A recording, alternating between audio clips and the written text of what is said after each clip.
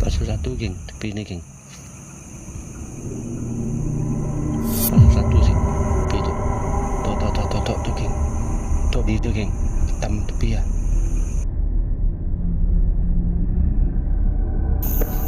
Yang pelik je bunyi tu. Ada orang ke? Ada orang? Aku risau ada orang geng.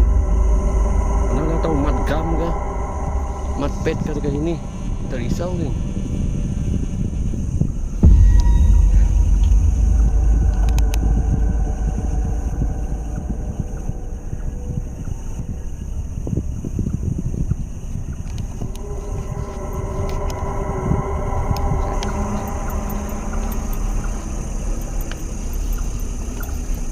Okay, geng, lepas ni nanti kita buat uji nyali geng, dekat bawah tu. Kita buat uji nyali dalam keadaan gelap geng. Kita uji nyali dalam keadaan gelap. Aku lupa nak bawa lilin lagi. Seharusnya aku menggunakan lilin kalau uji nyali geng. Baru ada mantap geng.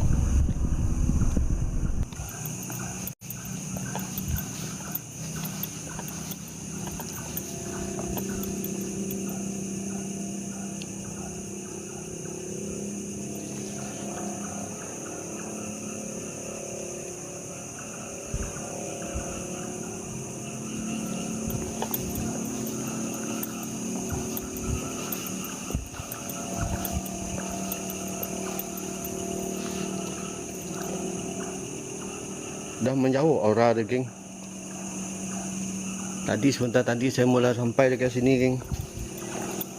Kuat aura dia geng. Dia nampak tangga dekat atas geng, sampai atas. Ataupun sebelah sini geng.